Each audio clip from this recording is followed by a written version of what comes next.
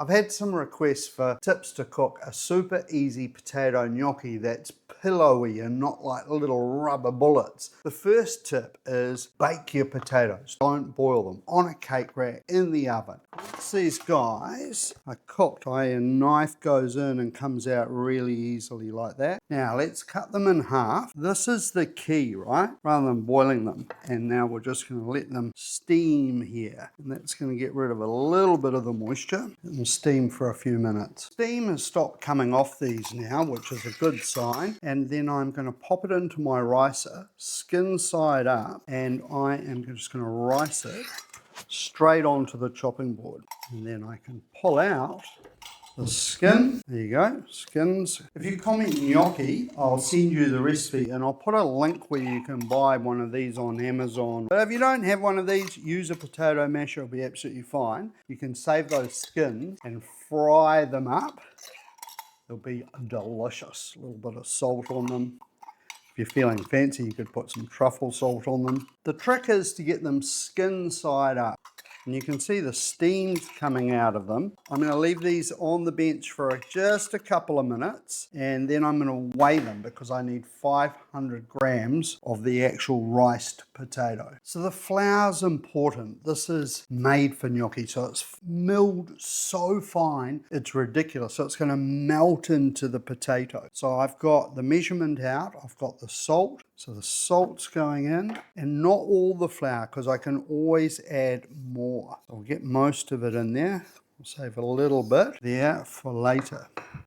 So now one egg yolk. Now we could get our hands in there. What we don't want to do is overmix it. We're not making bread. So what we want to do is just gently get it all in here together. The less we can mix it, the lighter our gnocchi will be. Put it out onto the board and just mold it in to a dough.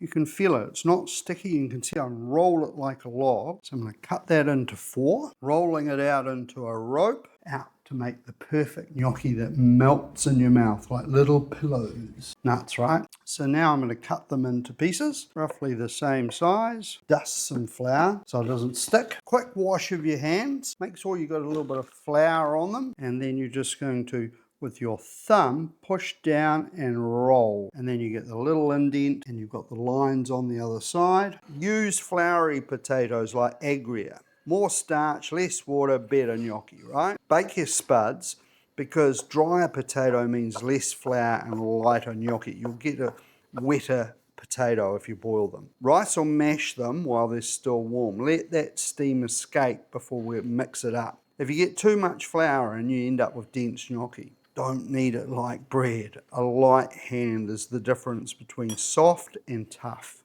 Water's come up to a boil. We want angry water in here. Now we're going to get plenty of salt in there. I'm going to taste it. I want it to be just a wee bit salty. Perfect.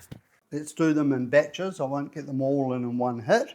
And it won't be long and they'll rise up to the top, and then we'll let them simmer away for about 30 seconds on the top, and then we'll scoop them out. The water goes off the simmer, turn the heat up again. I've got a slotted spoon ready to go. I've also got a ladle that's got holes in, so I've got a couple of options to get them out.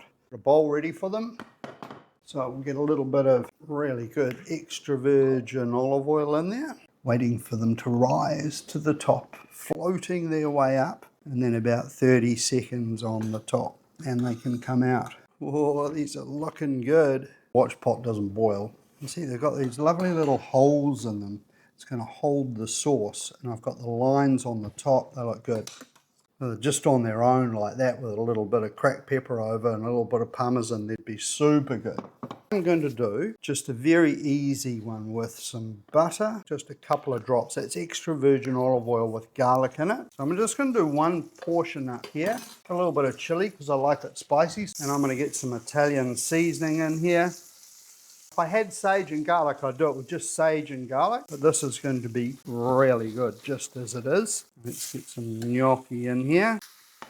coat those. A little bit of chopped parsley, a little bit of some bacon, and it goes. A little Parmigiano Reggiano, just a touch. I've got some of this sauce. I might do, got enough there for one more portion, so I'll do some of that. Let me just try this now. It's delicate. I've got a little bit of heat of the chili. I've got a little bit of the cheese. I've got the Italian herbs coming through there. Super delicious. And I love the crunch on the bacon on top. I'm going to use the same pan. I'm just going to whip the lid off this. I should have been a little bit more organized. And this is a beautiful Italian sauce that we have in the deli, and it has a little bit of basil in there, and you can see that it's quite thick. So I'm just going to put a little bit of that pasta water in there, and now I'm going to put the gnocchi in with that olive oil. Get a little cracked pepper in here. There's basil in the sauce. You can see how I haven't coated it all in the sauce. So that way I get some colour. Parmesan over the top. Fresh basil on the side, on top there. Just to top it off of a little olive oil around the top. I'll have a cheeky little taste. Honestly, that is so good. The key is baking the potatoes. Rice them if you can, or if you mash them really well. The right flour, and because it's such a super fine flour, that Caputo flour, and you can buy it online, Doppio Zero flour, but it's so fine, it's made for gnocchi, and it just melts into the potato. Buon appetito, everybody. Comment gnocchi and I'll send you the recipe. Don't forget to spell it right. Well, everybody, I'm going to cook some potato gnocchi. I've just done it, and I want to show you the tricks to getting it just so it melts in your mouth and we don't have little rubber bullets, and it's not going to be dense. It's going to be light and beautiful.